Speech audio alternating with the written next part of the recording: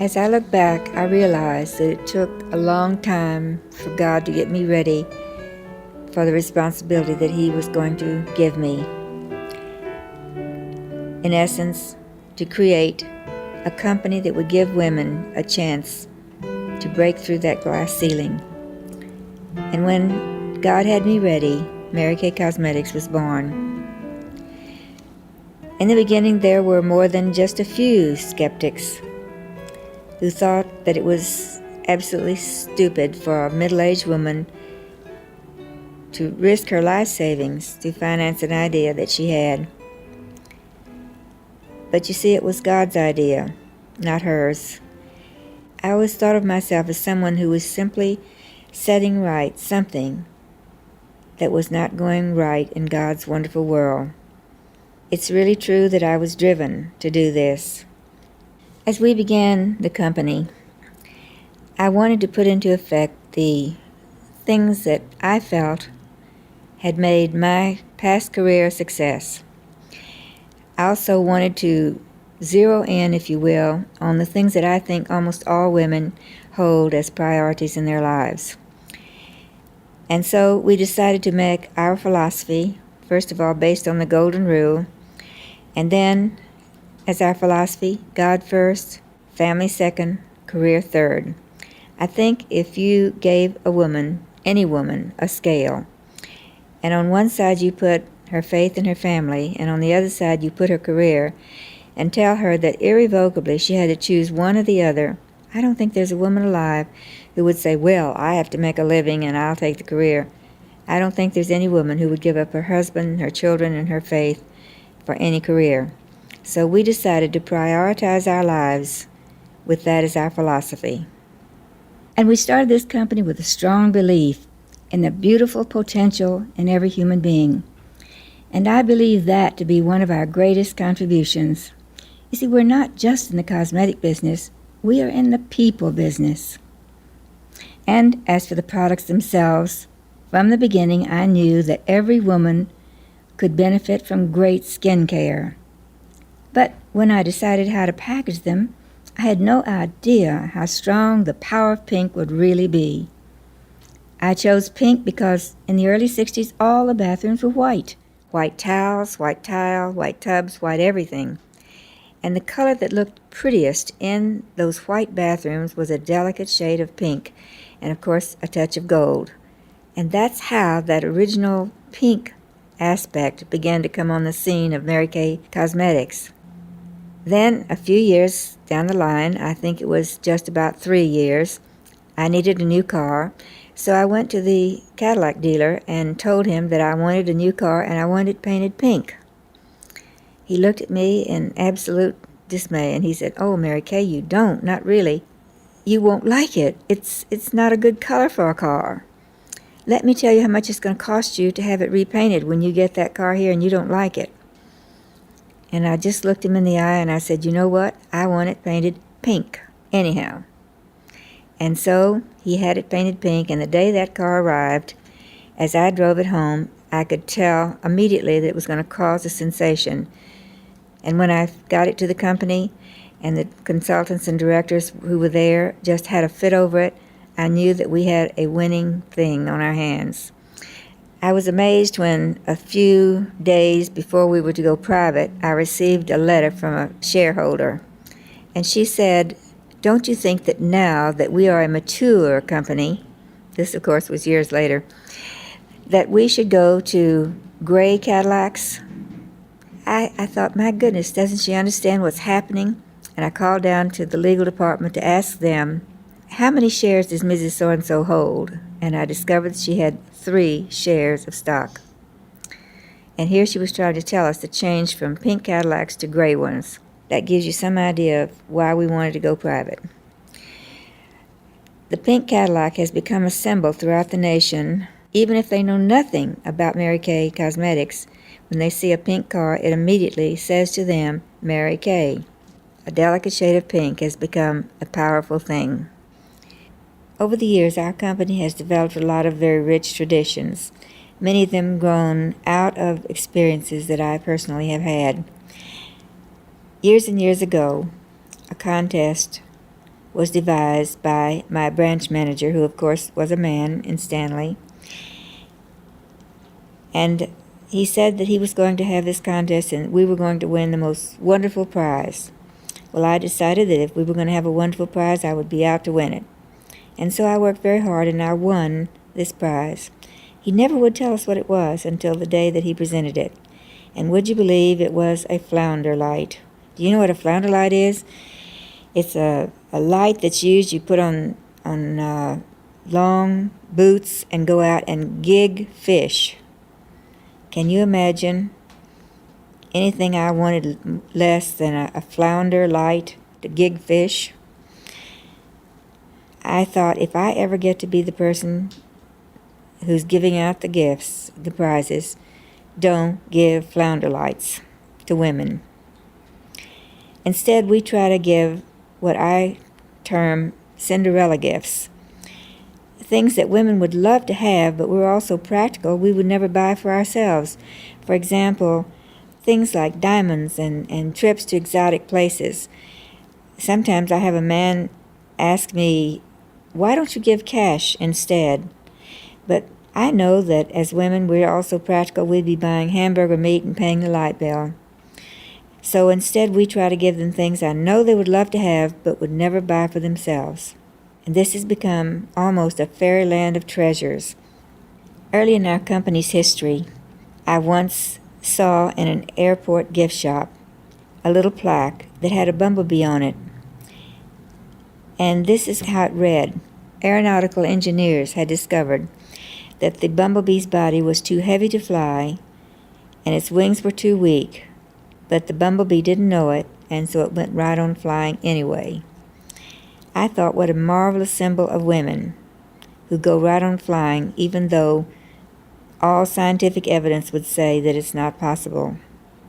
As a result of this, my husband Mel brought me a beautiful diamond bumblebee one year. It was a huge bee, and I said, oh, honey, you've made a mistake here. Everybody's going to want one of these bees. And he said, no, there's just one queen to the hive. And from that, we began giving all of our people who rise to the very top a huge diamond bumblebee. And these are cherished. And now, as a symbol of success, we also give our national sales directors emeritus one of those giant bumblebees like Mel presented to me in the early days. But our traditions are not all about Cinderella gifts. There's one tradition that's drawn a lot of attention. We're often asked the question, why do Mary Kay people sing at our gatherings? And I have a good answer for that, because you see, I remember the days when my children were small, how difficult it was for me to get them dressed, get them in the car, and get them to church. And I discovered that many times as I sat down in church, I wasn't in the mood to listen to a sermon. But have you ever noticed that when you are in church, that the first thing that is done is that the people sing? And I found that after a couple of hymns that suddenly I would be ready to settle down and listen to what my pastor had to say. I remembered that and found that oftentimes when most of our meetings are held on Monday morning, and our sales meetings, that people come and they're still perhaps harassed by the weekend activities, and that they're really not in the mood to listen to what a director has to say to them about their careers and about helping them. And so I decided that what we could do to get women in the mood to listen would be to do what we do in church, and that is sing first. And so we developed, as a matter of fact, we had contests, and the consultants wrote these little songs to a favorite tune. One of them, of course, is the Mary Kay Enthusiasm song, which has been sort of the standby song for every get-together that Mary Kay people have. And it goes something like this. I've got that Mary Kay enthusiasm up in my head, down in my heart, and so on. And somehow after you sing the Mary Kay Enthusiasm song, you feel enthusiastic. Somebody said if you will act enthusiastic, you will become enthusiastic. And truly, that is the way it is. There's still another tradition that I'm especially proud of. In the early days of our company, we used to use world-renowned speakers, but we discovered that these speakers used a generic type of information that was only temporary motivation, and that we really could use our top speakers more effectively. And so today in our company, when a woman reaches the top, she has the honor of speaking to all of our consultants and directors at our seminars. These are not just temporary motivators, but their motivation lasts and lasts for the simple reason that they have lived the life they're talking about, and they are an inspiration to consultants everywhere and directors everywhere to know that they too can reach the very top of our company. Who better to tell their story and to inspire others? Because I really believe that each of us has a story to tell. We call them I stories at Mary Kay. And we found that the world's best motivational speakers cannot hold a candle to our own women in terms of inspiring other women to greatness. Time and again I've been told of a woman who heard one of our $1 million directors tell her I story. And maybe there was some similarity. Maybe they both had 3 kids, or maybe she was a former teacher, or lived in a very small town. And somehow that message not only lingered, but it inspired. These stories hold me spellbound, so I know the effect they must have on a woman who's just beginning her Mary Kay career. And countless times a woman has come up to me to tell me, or she's written to tell me, the exact moment when she was inspired. And oftentimes it was after just such a speech. These women go on stage and they share their innermost secrets of their success. And to tell you the truth, the sharing of these ideas is really at the heart of my own success. Prior to founding our company, you remember the woman who won that alligator bag that I wanted so badly? Well, I went up to her after she had been awarded that bag and crowned queen, and I asked her to share with me what it was she was doing to become so successful. And luckily for me, she did share her ideas, and my career skyrocketed from that point forward. Sharing our talents, our dreams, and our secrets is one of the wonderful forces that abound in this company. From the very beginning, we have shared and applauded our spirit of sharing. Not only would we encourage and applaud this spirit of sharing, we would reward that spirit. So today, our highest honor is the Go Give Award. And the woman it honors, Susie Vickers, epitomized that I will give you the shirt off my back philosophy that has flourished at Mary Kay Cosmetics. And we're so proud of that fact, proud that women of every faith and every nationality honor that commitment to sharing. Whether they hold PhDs or come to us from great poverty, these women stand shoulder to shoulder at our award ceremonies, and that sharing something is very, very special. In the system that Mary Kay Cosmetics has set up, we truly believe that you cannot teach someone else to do something if you are not expert at it yourself. And for that reason, everyone comes into the company as a consultant, learning how to sell our product and learning how to use it and being able to communicate that with other people. And from there, she rises from that position to another and to another and to another until she reaches the very top, which turns out to be the National Sales Director. I think that each of us as women have a responsibility to the others we are leading to serve as a role model. Because remember the old adage of what you are speaks so loudly I can't hear what you say. It's so much more important for us to walk the walk and not just talk the talk.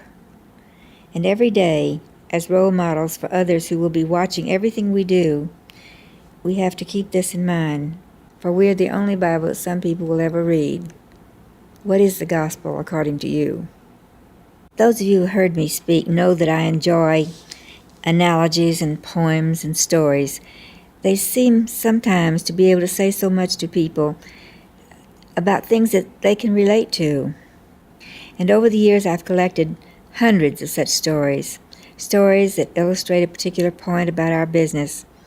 I guess you might say it's my own homespun brand of philosophy. Oftentimes, in reading the daily newspaper or devotional or even a novel, a thought will come to me that relates in some way to what we do.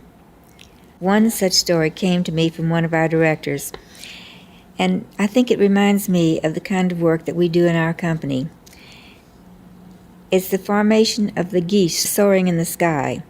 I never really understood the V formation until it was explained by one of our directors. I marveled at the precision with which the formation works and realized it's a very apt description of the way our company works. You see, as each bird in the formation flaps its wings, it creates an uplift for the bird that is following. By flying this way, the whole flock adds 71% more flying range than if each bird tried to fly alone. People who share a common direction and a sense of community can get where they're going quicker and more easily because they're traveling on the thrust of each other. In this goose formation, when a goose falls out of the formation, suddenly it feels the drag and the resistance of trying to fly alone, and it quickly gets back into formation to take advantage of the lifting power of that bird immediately in front. And when a goose gets tired, it rotates back into the formation, and another goose flies to that point position. And the geese in the formation honk from behind to encourage those up front to keep up their speed, just as we do at our success meetings when we stand up and crow about our successes. On a trip to Australia many years ago, I heard a speaker recite the poem that has become one of my favorites. It's called On Silver Wings.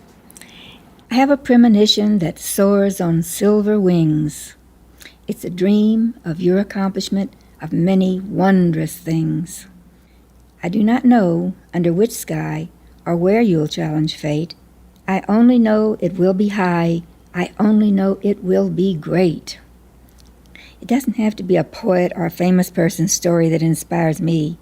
I'm inspired by real-life stories, too. You know how college entrance offices often require an essay written by the applicant? Well, one of our Mary Kay kids penned an essay on the positive effects of Mary Kay cosmetics in the life of my family.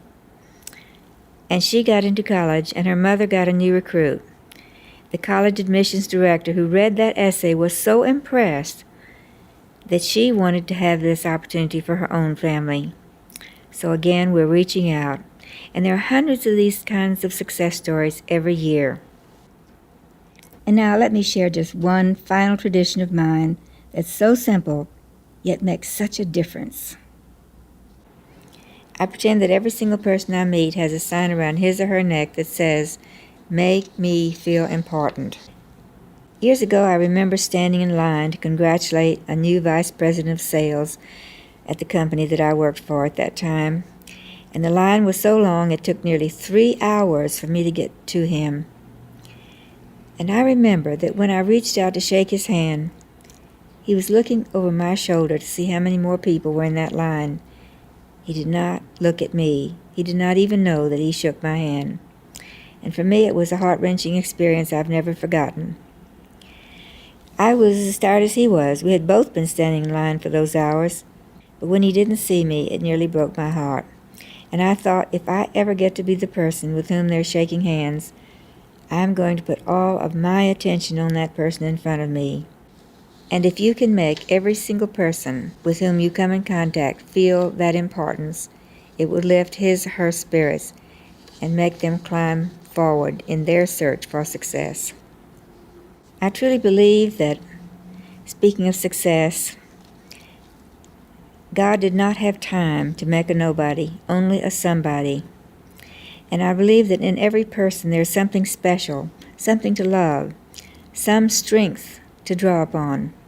Sometimes it's not obvious and requires a little searching. But if we do truly believe that God planted the seeds of greatness in each one of us, What better challenge than to find it in ourselves and set about helping others to find it in themselves? I really believe that the culture we have designed and used over the years is worth preserving. A lot of us have grown up around it, and in fact, one of my greatest joys is seeing the offspring of what I call the Mary Kay first generation. Today, our Mary Kay kids, our children, have benefited not only from their mother's work, but from her wonderful attitude. And today we have many directors who have not only encouraged their children as they grew up, but who have now followed in their mother's footsteps and have become directors themselves. We live today in a time of difficult morality and eroding values. And my prayer, my sincere prayer, is that our morals and our values will never change. And that as our products become increasingly sophisticated, that old-fashioned honesty and integrity will always remain. That we can look in any mirror and be proud of what we've become. And that indeed is the finest legacy of the company which bears my name. Mary Kay Cosmetics makes me feel so proud. And I think that's a great way to say happy anniversary to all who have made our dream come true. But I personally gauge success in a different way. I call it the paycheck of the heart. And in that respect, I'm probably the most well-paid woman in all the world, with all of you to thank for that. We all have dreams, and I sincerely believed in my dream, and I've been so fortunate to be able to watch it unfold in such a grand manner. It was William James, the great philosopher, who said, "Our belief at the beginning of an undertaking is the only thing that ensures the successful outcome of our venture. Whatever we vividly imagine, ardently desire, sincerely believe, and enthusiastically act upon must inevitably come to pass." And it has, and the dream continues.